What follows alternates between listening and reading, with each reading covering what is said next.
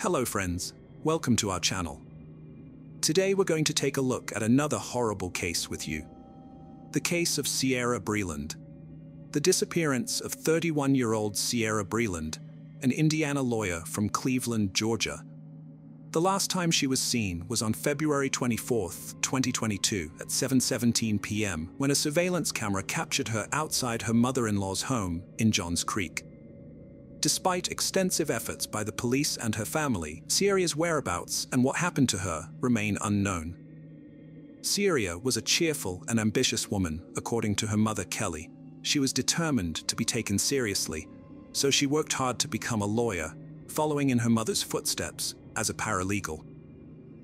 Growing up in Georgia, Ciera dreamed of living in Atlanta one day. To achieve this goal, she attended the University of Tennessee for college, and then Florida State University for law school. Kelly said Ciera was happy, energetic, loving, and extremely driven in her career. In October 2020, Ciera met Xavier Breland on Tinder, and their relationship quickly developed. 6 months later, the couple got married, and Ciera became pregnant. According to court records, Ciera provided legal assistance to Xavier in his dispute with his ex-wife. The newlyweds decided to start a new life in Carmel, Indiana, where Ciera got a job at a law firm. In 2021, she gave birth to a son named Jackson. Xavier and Ciera appeared to be a perfect couple from the outside, but their relationship was plagued by issues from the early stages. According to Shelby Campbell, Ciera's cousin, the problems between them surfaced shortly after their initial dates. Ciera had told Xavier she wanted no further contact, but he refused to accept rejection. Instead, he began showing up uninvited at her apartment, sitting outside her door. He also sent her threatening messages after seeing her with another man. Ciera warned him she would involve the authorities if he persisted. Despite this, she eventually gave him another chance, and 6 months later, they got married. Shelby and Ciera were inseparable, exchanging daily texts. Ciera confided in her, revealing her fears about her husband. In one message, she wrote, "I'm really struggling to cope with this. I don't want to give up on someone I love and abandon our family, but his behavior is getting worse, not better. It makes me wonder what the future holds. He used to feel guilty when he said hurtful things, but lately he doesn't even apologize. He blames me, saying I did this because you made me." Ciera feared that if something happened to her, her husband would be to blame. Shelby claims that she frequently advised Ciera to leave her husband, but Ciera understood the importance of planning her exit carefully. The text messages Shelby shared only provide a glimpse into the situation between Ciera and her husband. Ciera did call the police on multiple occasions, and law enforcement responded to her residence in both Georgia and Indiana multiple times. According to Campbell, by the time the police arrived, Ciera would have calmed down enough to cover for her husband, denying any abuse. Shelby revealed that an investigator even contacted Ciera's mother after one of these incidents, telling her that he knew Ciera was lying about the abuse when she called 911. The investigator had seen this pattern before and was worried that something terrible might happen to Ciera. Ciera was determined to leave her husband Xavier and had been secretly building up a bank account to prepare for her independence. Despite sending messages to Xavier claiming she loved him, she had reached the conclusion that she couldn't afford to stay in the troubled relationship. Aware of their daughter's difficulties, Ciera's parents, Kelly and Nick, encouraged her to break free from Xavier and promised her a safe haven back at home if she needed it. Ciera's decisive trip to Georgia began when she and Xavier packed up their baby and large dog into a 2017 white Volkswagen Tiguan for the 11-hour drive south. According to her family, Ciera arrived at her parents' house on February 19th, where she spent the night reconnecting with relatives she hadn't seen since moving to Indiana. Although it seemed like a brief visit, Ciera had made up her mind not to return to Indiana, marking a new chapter in her life. Xavier was interested in this trip because his mother lived in Georgia, just like Ciera's mother. However, Xavier didn't know that Ciera didn't plan to return to Indiana. Ciera had told her mother that she was going to find a job in Georgia and that she was getting a divorce due to her husband's increasing abusive behavior. On Saturday, February 19th, Ciera arrived at her parents' house in Cleveland, Georgia, where she spent the night. She reassured them that she wanted a divorce and wouldn't return to Indiana. On Sunday, February 20th, Ciera left her parents' house to pick up her son, Jackson, from her mother-in-law's house in Johns Creek, Georgia, about an hour away. Before leaving, Ciera sent a text to her cousin, Shelby Campbell, saying, "I'm at Xavier's mom's house. He won't give me Jackson, so I'm waiting to get him so I can leave." On Monday, February 21st, at 11:17 p.m., Ciera sent a text to her father, Nick, saying, "I'll be back in the morning if that's okay." Nick responded the next day, telling her it was okay and that she didn't have to ask. When Nick didn't hear back from Ciera, he reached out to her again. She replied that everything was okay and that she had been feeling a bit sick. Nick contacted her again on Wednesday to ask if she was feeling better, but he didn't receive a response. He sent another text on Thursday, February 24th, but there was still no response.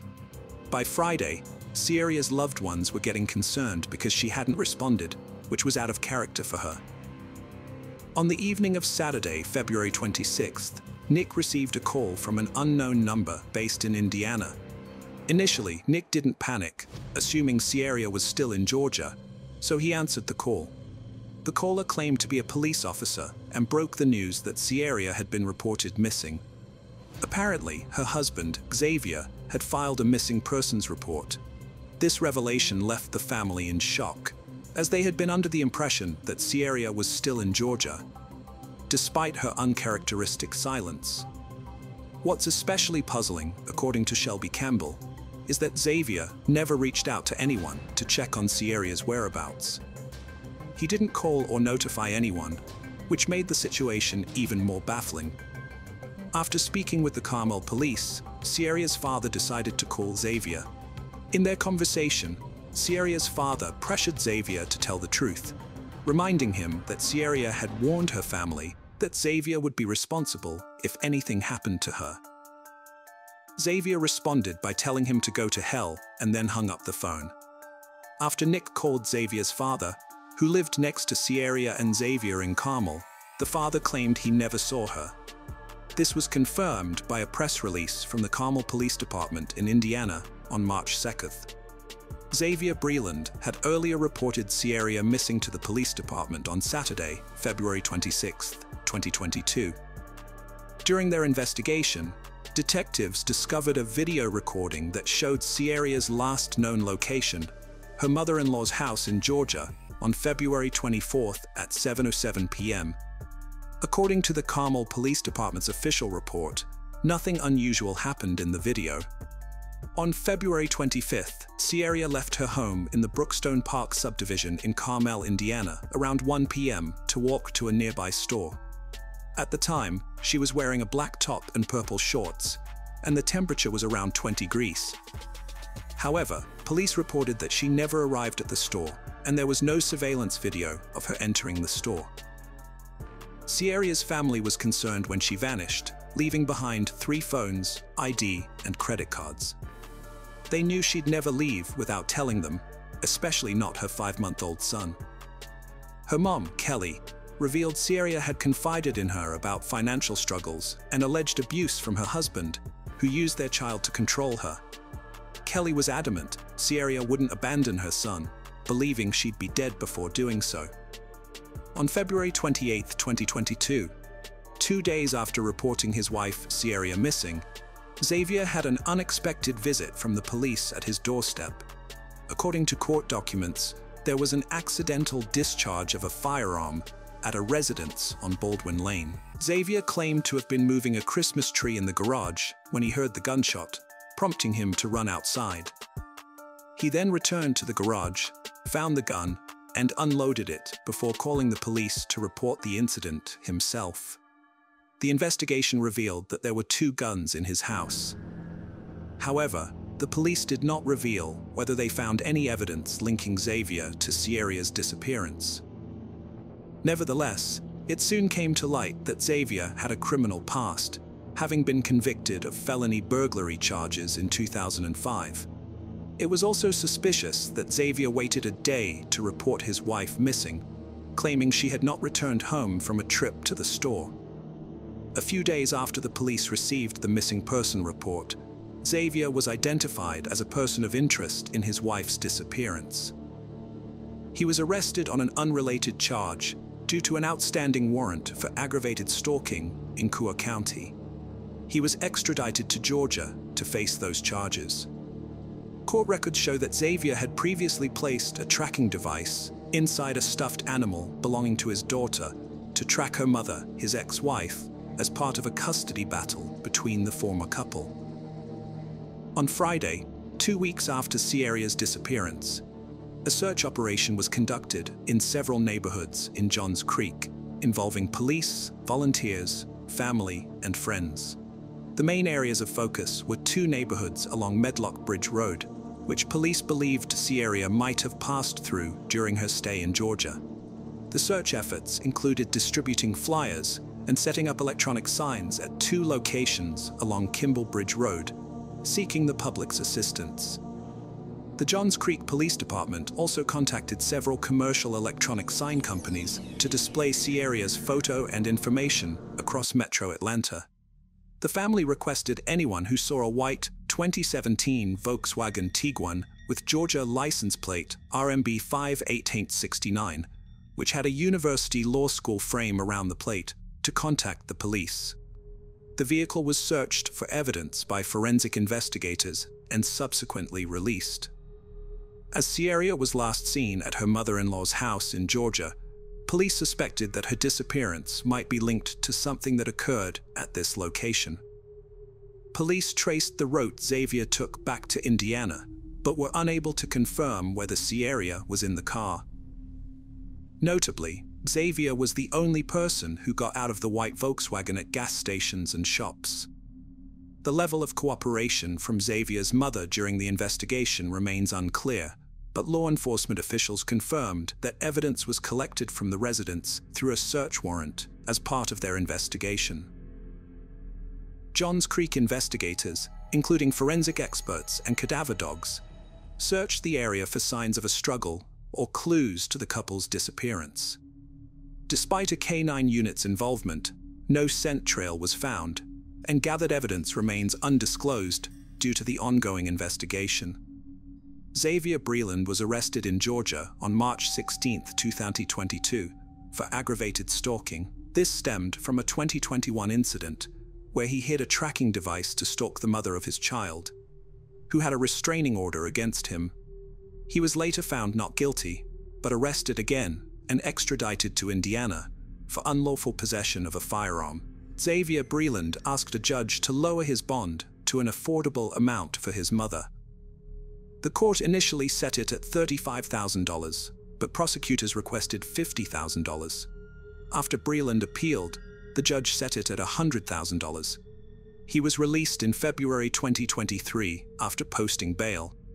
Ciera's disappearance remains a mystery despite extensive searches. She was last seen at a store, and investigations have pinpointed several potential locations. The vast search area spans millions of acres of state and federal land, parks, and undeveloped areas in Georgia, plus thousands of acres of railroad and utility easements. According to Kelly Breland, law enforcement has gathered evidence and statements from multiple states, but these are like puzzle pieces without a complete picture. Some items were removed from Xavier's mother's home, as revealed in court documents related to a civil case filed by Xavier's mother against Xavier's sister. As part of their search, crime scene investigators cut and removed the carpet and mattress from Xavier's mother's home on April 21, 2022, according to documents from the familial civil dispute. After Xavier Breland's arrest on March 1st, 5-month-old Jackson was placed into state care.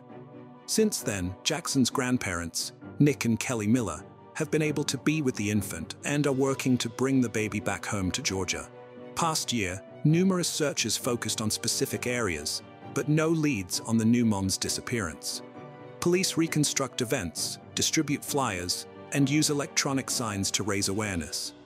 Ciera, 5'7", 120 pounds, blonde hair with distinct tattoos. She was last seen in a white 2017 VW Tiguan with GA plate RMB 5869. If seen in Feb, contact authorities. Xavier is the only person of interest that police have publicly named in connection with Ciera's disappearance. But so far, no charges have been filed against him. Despite this, Ciera's family remains convinced that Xavier knows what happened to her and is the only one who can provide the answers they need to bring closure and allow Ciera to rest in peace. Xavier Breland, a family member, believes that Ciera's body might be located in one of 4 states: Georgia, Tennessee, Kentucky, or Indiana. She is appealing to outdoorsmen and fishermen in these states to be vigilant and report any information they might have to the authorities. In a separate development, Ciera's parents have been granted custody of the couple's child. It's worth noting that Xavier Breland was previously arrested and released on bail for illegal possession of firearms. His trial was set to take place on December 28, 2023, but he failed to appear in court, and his current whereabouts are unknown. As a result, a rearrest warrant has been issued, and law enforcement is working to track him down. This recent development adds another layer of complexity to the already puzzling case of Ciera's disappearance. Xavier Breland, a 6'1" tall, 160-pound black man with brown hair and green eyes, has gone missing. There is a warrant out for his arrest, and the FBI has joined the search for the missing woman, Ciera, whose body has not been found. The disappearances of both Xavier and Ciera have raised many unanswered questions. Ciera's mother, Xavier Breland, believes her daughter was afraid of Xavier and did not plan to return to Indiana with him. With both individuals now missing, the case has become even more urgent. The trial related to Xavier's gun charge has been postponed multiple times. Law enforcement and Ciera's family are now seeking the public's help in finding Xavier and Ciera, hoping to shed light on the mysterious circumstances surrounding their disappearances. As you begin to explore the Leslie Palacio case, it is impossible not to feel bewildered and disappointed that justice has not yet been served. The killer remains at large, even though the police have all the evidence and his identity is known to them. Today's story underscores the difficulty of investigating crimes when suspects find themselves outside the jurisdiction, and victims can only hope that the perpetrators will be found and brought to justice. The morning of the 29th brought anxiety to the home of Ciera Palacio, mother of 5 lovely daughters. Her eldest daughter, Kayla, came down to the kitchen and reported that the bed in Leslie's room was untouched. Her belongings were gone, and she clearly hadn't spent the night at home. One of the sisters joked that it must have been a pretty fun night at the club, and Leslie had probably stayed the night at Eric's. In fact, everyone became alarmed, since Leslie had never done this before. Over breakfast, Kayla kept glancing at her phone, expecting a waking Leslie to be about to text. Time passed, but still no word from Leslie. By noon, it stopped seeming normal. By late afternoon, Ciera decided to go to Eric's house on her own and find out where her daughter had disappeared to. When the Palacio family members drove up to the house, they saw Eric's mother and his sister actively removing pieces of furniture and miscellaneous items from the house. Obviously, taking furniture out of the house is quite normal, but the situation itself and Mrs. Ibarra's crying face caused a very strange feeling for Ciera. Something was not right here. When asked where Leslie was and why Eric's phone was unavailable, Eric's mother and sister pretended that they didn't even know that the couple had spent the evening together. Ciera once again clarified whether Leslie had slept over at their house that night, because she knew from her daughter's messages that she was going to Eric's house. After receiving a negative response, Leslie's family realized the seriousness of what was happening. Fears became reality, and the family immediately took action. The older sister, realizing that Leslie could not have disappeared so easily, began calling local hospitals and searching the internet for reports of accidents in the last 24 hours. However, the search was unsuccessful, as were attempts to contact Eric. He had either turned off his phone or the phone was dead, as Kayla couldn't even hear the voicemail. Rosalia had no choice but to call the police. The next day, August 30th, Leslie was officially reported missing. The move was the first in an intense fight for justice. Leslie Palacio was born on May 5, 1998, in Las Vegas, Nevada, USA. Her short but full life was full of love and caring for her family. Always open and friendly girl became a source of joy in any company, as she valued everyone she met in her life and was reciprocated. Leslie dreamed of connecting her life with medicine. After graduating from high school, she entered the Las Vegas Medical College. In 2020, she was already confidently moving towards her dream of becoming a phlebotomist and worked part-time as a lab technician, combining theoretical knowledge with practical skills. Leslie proved herself to be a talented student. Her academic achievements were admirable. She was able to easily assimilate new material and always strive to deepen her knowledge. That is why the girl decided to work part-time as a laboratory assistant. Unexpectedly, Leslie realized that she had found her calling and soon became an integral part of the team. Colleagues considered the student not only a responsible and professional lab technician, but also a warm, responsive person. The girl's duties included conducting various analyses and tests, but for Leslie, this work was much more than just a fulfillment of duties. She saw her calling in the ability to make the process of taking tests as comfortable as possible for patients. Her caring and patience created an atmosphere of trust, and even those who were apprehensive about the procedure felt at ease in her presence. When the youngest of the nurses asked if Leslie was afraid of getting her hands pierced all the time, she laughingly replied that she now had a super ability to poke people. The young optimist's vitality was evident in her every action. By all accounts, Leslie had the unique potential to become a sought-after and valuable specialist in the field of medical laboratory diagnostics, and she would have, if not for a dramatic turn of events. Leslie has been used to helping and caring for everyone since childhood.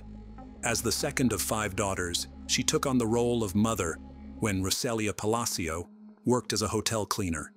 Rosalia recalled her daughter kicking her out of the kitchen when she tried to cook dinner after cleaning more than 15 hotel rooms in a shift. "Get some rest," Leslie gently urged her. Wanting to relieve her mother's burden after work, her daughter took it upon herself to prepare dinners and, in her characteristic easygoing manner, found cooking to be a source of inspiration. From then on, she always made sure her family members were very well fed, and even if she was away and couldn't make the family dinner herself, she always called home to make sure everyone had eaten. For Leslie, family came first, and she easily inspired her sisters with her energy and ideas. For example, even during the pandemic, Leslie didn't let sports disappear by organizing workouts in the backyard of the house. She taught her mother various exercises, and with her sisters she danced daily in front of the mirror to music. Her love of experimenting with hair color and image turned it into a joint business plan with her older sister to open a boutique. The sisters began designing and sewing dresses at home in their own unique style. When the coronavirus pandemic happened and Rosalia was laid off due to downsizing, Leslie suggested her mother start her own small cleaning company and assured her that she would definitely help her with the cleanings in her free time from work and school. "Mom, we'll be fine soon, you'll see," she assured Rosalia. At a family council, they came up with a name for the company, the Palacio Cleaning Service. At the time Leslie disappeared, her dreams were just beginning to be realized. Their family firm had landed its first contract. But on August 29, 2020, all of the Palacio family's plans and dreams came crashing down. At the end of August 2020, Leslie completed the lab assistant program, and the family firm also received a large order. The girl decided it was time to take a break from the stresses and worries and enjoy an evening of dancing and fun. Especially the restrictions due to the pandemic were gradually being lifted, and Las Vegas began to come alive. Unfortunately, none of the friends wanted to keep Leslie company. Although people were beginning to let go of their fears and return to their normal lives, they still felt nervous and anxious at the prospect of being in a closed space with lots of people. Leslie didn't give up hope of convincing someone to have fun and posted a post on Instagram expressing her desire to spend the evening somewhere. Unexpectedly, she received a message from Eric Rangel Ibarra. Leslie and Eric's parents had been attending the same church for 14 years and occasionally socialized. So the children had known each other since childhood, but had never interacted closely. Leslie knew what Eric liked. The guy texted her, showed her attention, but Leslie never reciprocated. She was polite to him, however. On any other day, Leslie would have declined Eric's desire to keep her company, but not this time. She was eager to dilute her ordinary life with a fun evening. The whole day passed in anticipation and anticipation. And when none of Leslie's friends wanted to keep her company, she accepted Eric's polite and warm offer to reminisce about Las Vegas nightlife. Sharing a night out with Eric seemed like a better choice than going nowhere at all. Expecting a fun adventure, Leslie had no idea what horrible events awaited her, but she probably had a premonition of something, trying to rationalize to herself that there was no cause for concern. Anyway, Leslie agreed with her sister that she would send her regular messages, telling her exactly where she was. She also told Kayla in great detail where she was going and with whom and what places she might end up in. After a while, the older sister received a strange message. "Can you believe Eric is totally not going to drink this evening? We're at a party, but it looks like I'm going to have to party alone." Afterward, the sisters exchanged joking messages on the topic of healthy living. The first place Eric and Leslie went to was the casino at the Longhorn Hotel. Police officers would later see on surveillance footage of the couple getting out of a white Ford F-250, owned by Eric at 0:31 a.m. on Ayug 29 and entering the casino, then leaving a short time later at 1:56 a.m. The couple would then leave the casino. Leslie kept in contact with her sister, telling her what was going on. At 4:40 a.m., Leslie sent her sister another strange message. "I need to talk to you about something shitty." Kayla asked what happened and, according to her, a text box popped up, as if Leslie had started to reply, but no answer ever came. That text message was the last of the girl's life. The morning of the 29th came. Leslie still hadn't returned home.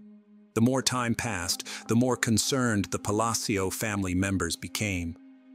The certainty that Leslie had stayed the night at Eric's house was replaced by confusion, and the family went to a familiar house, where they found a strange scene. Mrs. Ibarra and her daughter were taking out furniture, pretending that they had heard for the first time that Leslie and Eric had spent the evening together. In fact, Leslie's family arrived at Eric's house just in time. If they had arrived a few hours later, the investigation would have been significantly delayed.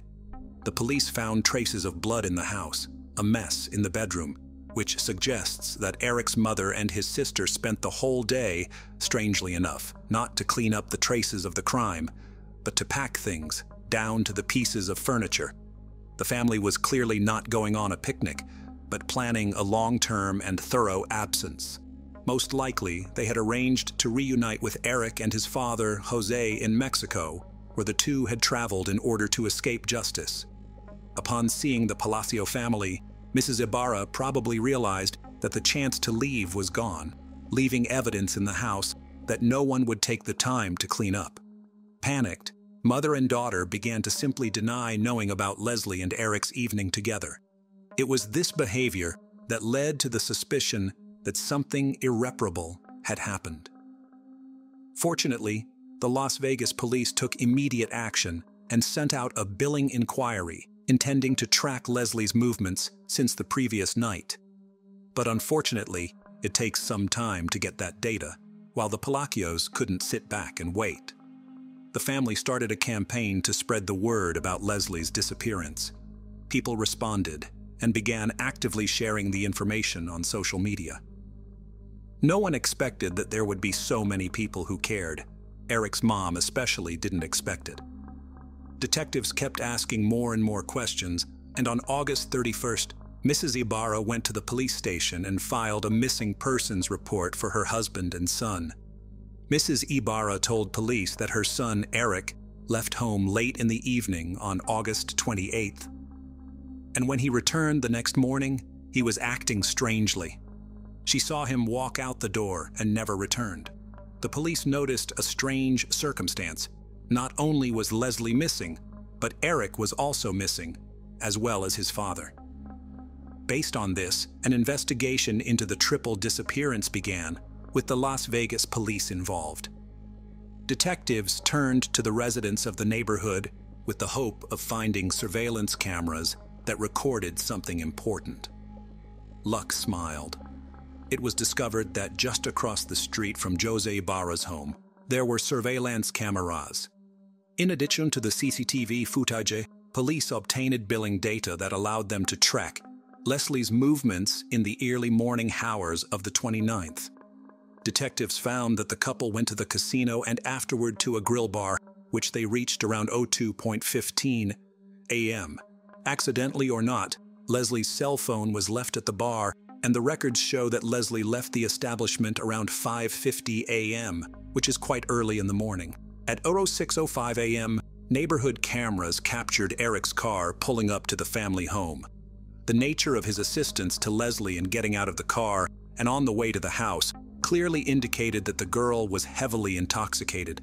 At 07:25 a.m., Eric and his father, Jose, are seen carrying Leslie's body out of the house, wrapped in a sheet, and placing it in the trunk of the car. Eric then drives away while Jose hoses down the driveway to their house. These actions clearly indicated that Eric and Jose were not missing, but were fugitives from justice. After police saw the footage, a search warrant was obtained for Ibarra's home.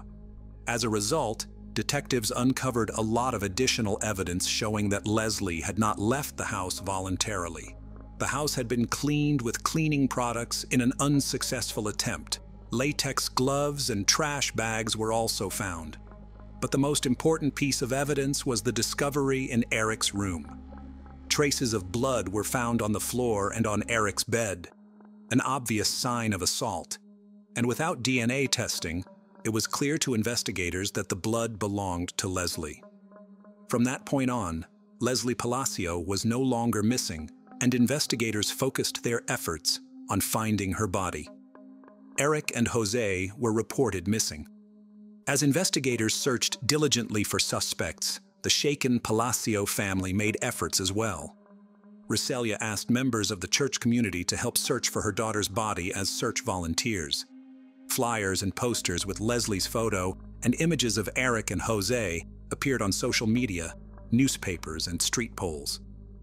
The Palacio family is asking the public to intervene and help them find these two men involved in the girl's death, was the message on each flyer.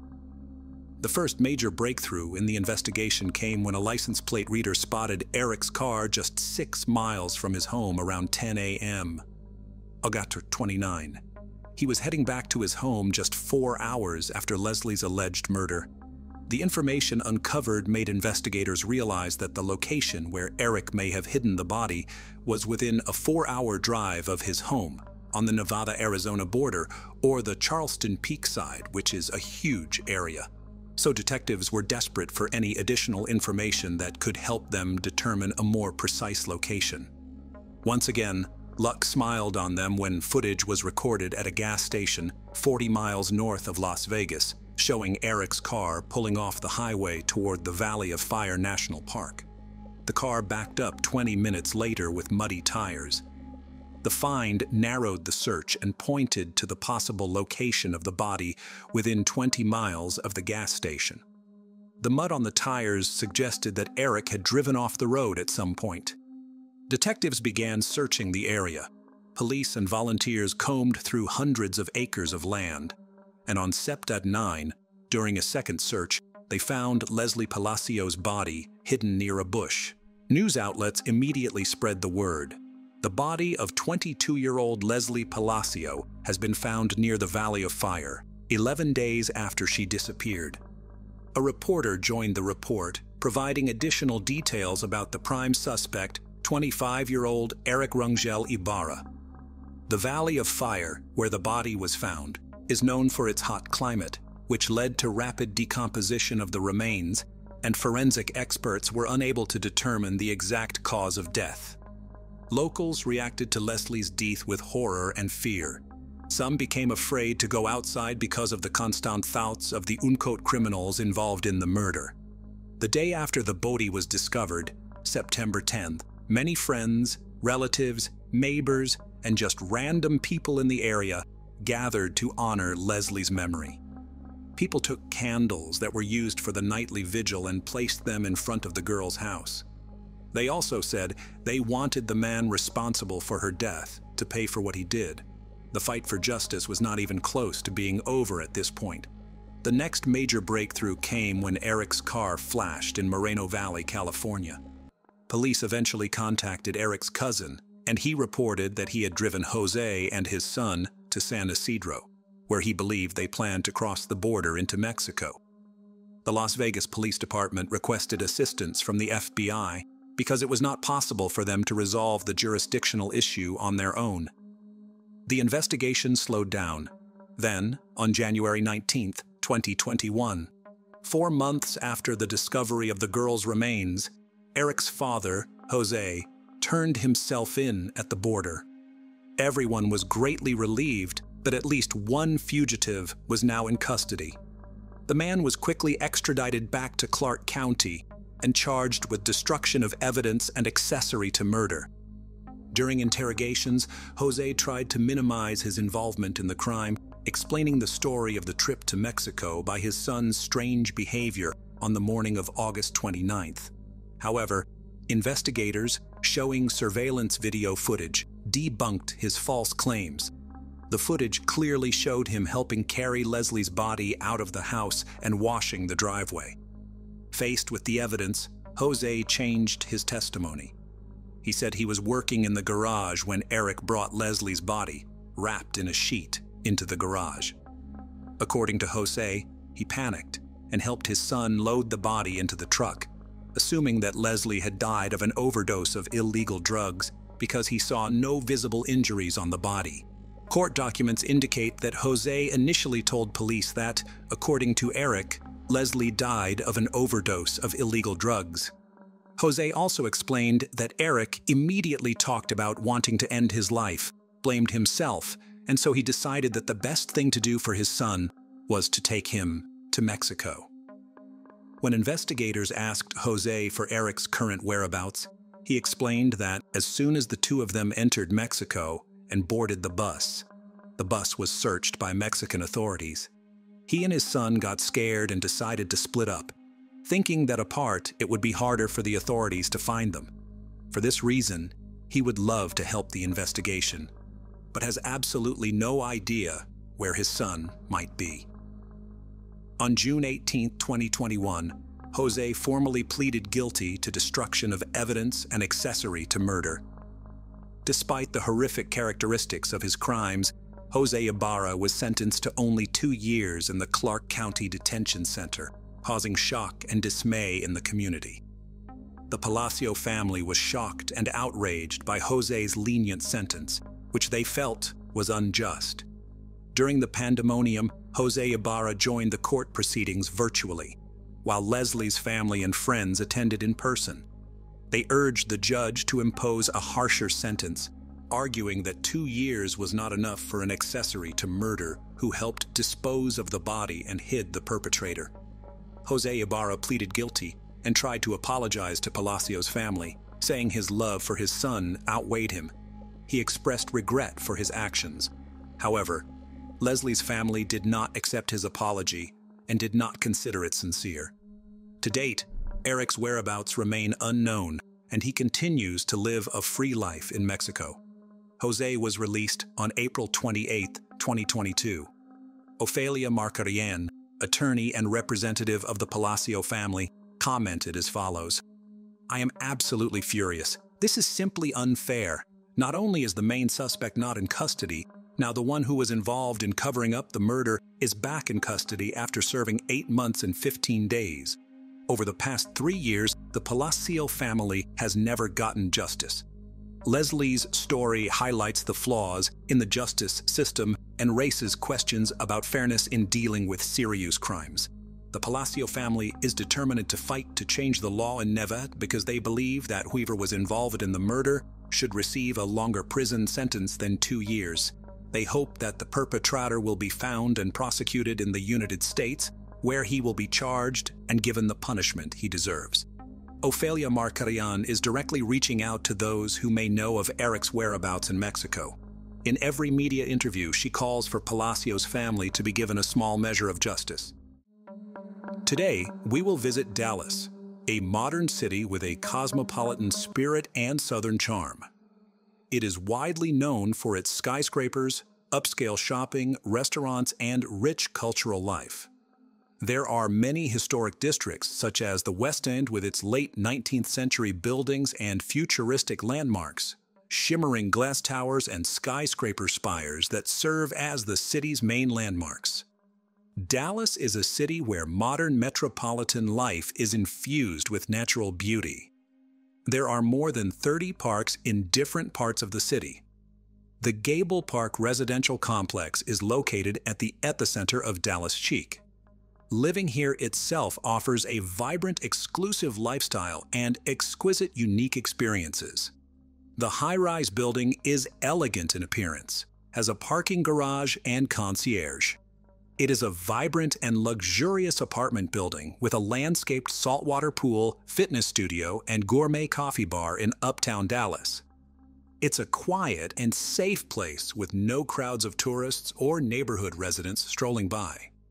On September 2, 2015, at 07:42 p.m., a car entered the Gable Park parking lot. The car parked, and a beautiful young woman got out.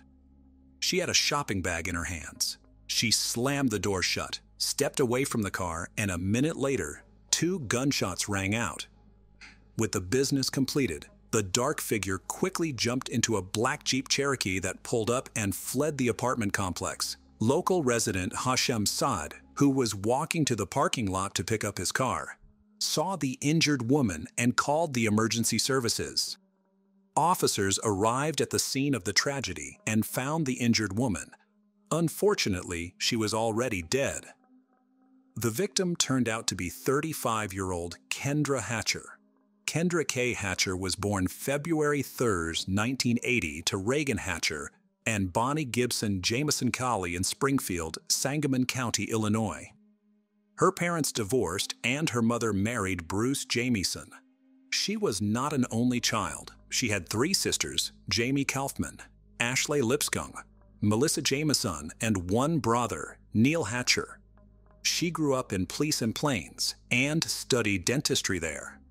After her divorce in 2010, she moved to Dallas, where she began working at Smile Zona Dental Studio. Kendra had a strong Christy and faith and wanted to use her dental skills to help others. For example, the clinic provided services to disadvantaged children completely free of charge. In her spare time, Kendra taught Bible studies and participated in volunteer programs that included building churches overseas and providing free dental services to children in Ecuador. Dallas was welcoming to the young professional. Kendra's professional life quickly gained momentum, and her personal life flourished as well. On May 24, 2015, Kendra began dating Dr. Ricardo Paniagua. Kendra and Ricardo met through a dating app, and from their first date, they were inseparable. They both had similar values, interests, and wanted the same things in life. Ricardo was finishing his residency in dermatology at the University of Texas Southwestern Medical Center. And even though they had only been in a relationship for a few months, the young men were already discussing their upcoming marriage. However, An incident in a parking lot took the life of his beloved woman and cut short all future plans. Investigators who arrived at the scene of the massacre examined the crime scene and put forward the version of robbery, as Kendra's purse and some valuables were missing. Bullet fragments and a gun magazine were found on the ground next to her body. However, the manner of shooting and the traces of the gunshot pushed the robbery version to the background. One bullet struck the woman in the back and the other in the head. The entry wound from the bullet was at the top of the head and it exited through the chin, indicating that Kendra had her hands up and behind her head when she was shot. The murder theory was confirmed when it was possible to obtain CCTV footage and reconstruct a picture of what happened. The footage shows a black Jeep Grand Cherokee pulling into the parking lot at 07:15 p.m. Half an hour later, Kendra returns home and drives into the same garage. A few minutes later, a man approaches her, shoots her, and runs to the side, after which he jumps in and black Jeep on the move. The videos were of poor quality and the crime scene itself was not visible on them. It was impossible to identify the assailants, but the vehicle was put on a wanted list. It was decided to place the camera footage, images of the Jeep and the driver in the media. The authorities appealed to the public for help, and it helped. Police were contacted by a man named Jose Luis Ortiz. He reported that the car in the footage belonged to him. But Jose wasn't involved in the shooting and he wasn't driving it. When questioned, Jose explained that on the morning of September 2nd, he was approached by two of his girlfriends, Brenda Delgado and Crystal Cortez. They asked Jose to repair their car and, in return, to lend them his Jeep until the evening. The man agreed. He also said that later that evening, Brenda called Jose to a restaurant where they were at the time of the crime. Crystal Cortez, later that evening, drove the Jeep to Jose's house, so the man was quite surprised when his Jeep made the news. When Jose saw his Jeep on the TV program, he asked Brenda about it. She first said that it was a different Jeep on the screen. Then Brenda explained that Crystal had been traveling somewhere on her business and she didn't know about it. Brenda Delgado suggested that Jose not tell anyone anything and to simply repaint the Jeep. She was willing to pay to paint the Jeep. Jose was awaiting a decision on his U.S. citizenship and did not want any trouble with the police. He realized that Brenda had set him up. So Jose went to the police again and testified again. So the police tracked all the movements of the Jeep that day and found the two young women whose names Jose had given them. Brenda Delgado was the first person investigators called in for questioning. The woman told police that she never knew Kendra Hatcher and had never seen her before. When asked where she was on September 2nd at 07:42 p.m., Brenda stated her alibi because she was at Chili's restaurant with Jose. Brenda even provided receipts for the dinner. But how often, and more importantly, what do you keep dinner receipts for? So gradually, assembled in minute detail, the truth that the participants in the crime tried to hide was revealed. The central figure in the investigation was Brenda Delgado. She was born into a fairly simple family, Luis and Maria Delgado, who immigrated to Dallas from Mexico, where her father was a factory worker. They found a home in a low-income neighborhood in southeast Dallas.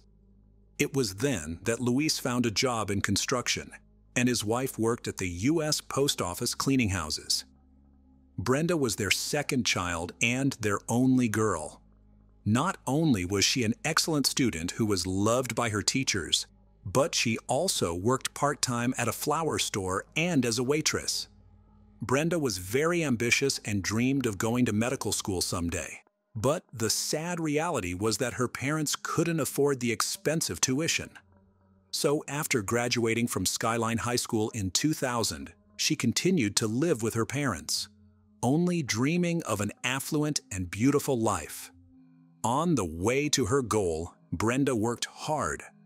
She was a dental assistant, and alongside that, she worked at a day spa in North Park Center where she whitened her teeth. In 2012, Brenda met Ricardo Paniagua and fell in love with him. Their first date was at a Jennifer Lopez concert and was like her dream date. In November 2012, 3 months after they met, Brenda moved in with Ricardo at his home in Fitzhugh Urban Flats. The man was also charmed by Brenda so much that he even met her parents. In 2013, she uploaded a post in honor of his birthday on Facebook where she wrote words of congratulations. "Happy birthday to the most amazing and smartest man I know. Ricky, together we have shared so much happiness. You are my best friend. I love you with all my heart and can't imagine life without you." Brenda then found out she was pregnant, but at Ricardo's insistence, she terminated the pregnancy, which left her heartbroken. A little recovered from the decision, Brenda decides to devote herself to her career and her beloved Ricky. In the fall of the same year, she enrolled in Sanford. At first glance, it seemed that Brenda had gotten over the emotional blow of the breakup. However, this was not the case. Brenda's painful dependence on Ricardo only gained momentum. And when Ricky posted a joint photo on social media with his new lover Kendra, who looked like a photo model, Brenda was up to something terrible. Many who knew her testified that Brenda dreamed of getting rid of Kendra. After obtaining information about Brenda and her personal life, investigators were able to surmise that the offended woman had a motive to get rid of her rival. Ricardo confirmed that Brenda Delgado was his ex-girlfriend. They dated intermittently from 2012 to 2015. They broke up a few months before Ricky and Kendra met. Ricardo was confident that he and Brenda remained friends and saw no problems between Brenda and Kendra. After all, he had been on dates with other women before meeting Kendra. And why would it be meeting Kendra that would turn Brenda's mind? However, the picture of the reconstructed events confirmed how insidious and cruel an abused woman can be. Brenda Delgado thought she had devised the perfect plan to win back her former lover and rid him of the superfluous figure, Kendra Hatcher. At first, she established communication with Ricardo, pretending to be his best friend, provided all kinds of support, was interested in how he and Kendra are progressing in their relationship. Secretly, she knew everything about their plans for the future, and Ricardo believed that this is a sincere interest. But it's a shame that men know women so poorly and sometimes blindly trust them. After Ricardo learned that Kendra had died, he shared his grief with Brenda via text message. And she supported her friend in every way possible and offered to do anything for him. Ricky had no way of guessing his ex's true motives. As it turned out, Brenda had been playing her own game for months. She had opened Ricardo's mail and knew about all his plans with Kendra, even where and when they had booked tickets. All of this was infuriating to Brenda. She longed to be rid of Kendra Hatcher, truly believing that she had taken her place. Brenda transferred Ricardo's account to her phone and kept tabs on him. Following Ricky and Kendra practically became her raison d'etre. Brenda became completely dependent on the stalking.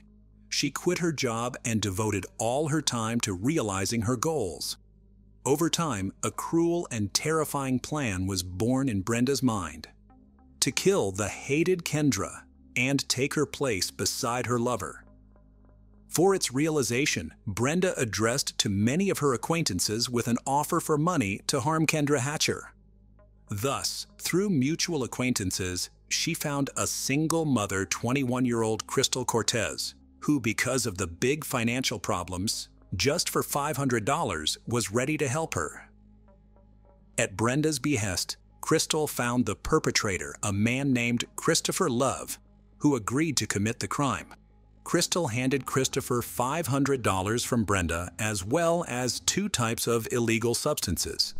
Several 2 women followed Kendra to learn her habits and daily schedule, to further select the location and time of the crime. On September 2, 2015, they took Jose's car. Crystal and Christopher Love waited for Kendra in the parking lot. They did not pursue her on her way home from work because they were afraid of falling behind her in traffic. In the evening, the criminals completed their devious plan and were rewarded for a job well done. A few days after the crime, Crystal Cortez and Christopher Love were apprehended. The suspects denied their guilt and their presence at the scene of the crime. However, the situation changed when Love was found to have the gun that killed Kendra in the side compartment of the car. Crystal, on the other hand, was nervous and constantly confused in her testimony, telling different stories about the reasons for the appearance of the SUV in different parts of the city. So, at the first interrogation, Crystal admitted that she was the woman who was driving in the parking lot, but she arrived there at the will of an armed carjacker who got into the SUV and forced her into the parking lot that evening. She, wishing to remain innocent, gave false testimony, saying that her son was in the car with her. But this information was later not confirmed because no child was recorded on the cameras. As the interrogation continued and more evidence became available, Crystal changed her testimony and wanted to make a deal with the investigation. She agreed to testify against Brenda in exchange for less time. She told police that Brenda wanted Kendra dead and the crime was her idea. According to Crystal, within 2 weeks of her meeting with Brenda, they began planning the crime. The police discovered that Brenda wasn't just unhappy that her relationship with Ricardo was over. She was obsessed and desperate to win him back.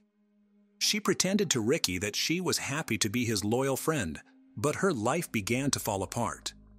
She began to resent Kendra, believing that she had taken her place. According to Crystal, it was at this point that Brenda decided that she wanted to get rid of Kendra Hatcher. The perfect crime plan emerged in Brenda Delgado's mind. In testimony, Crystal detailed how Brenda devised the perfect crime. Enlisting each other's support, Brenda and Crystal began to formulate a plan to kill Kendra. They met many times and developed many plans.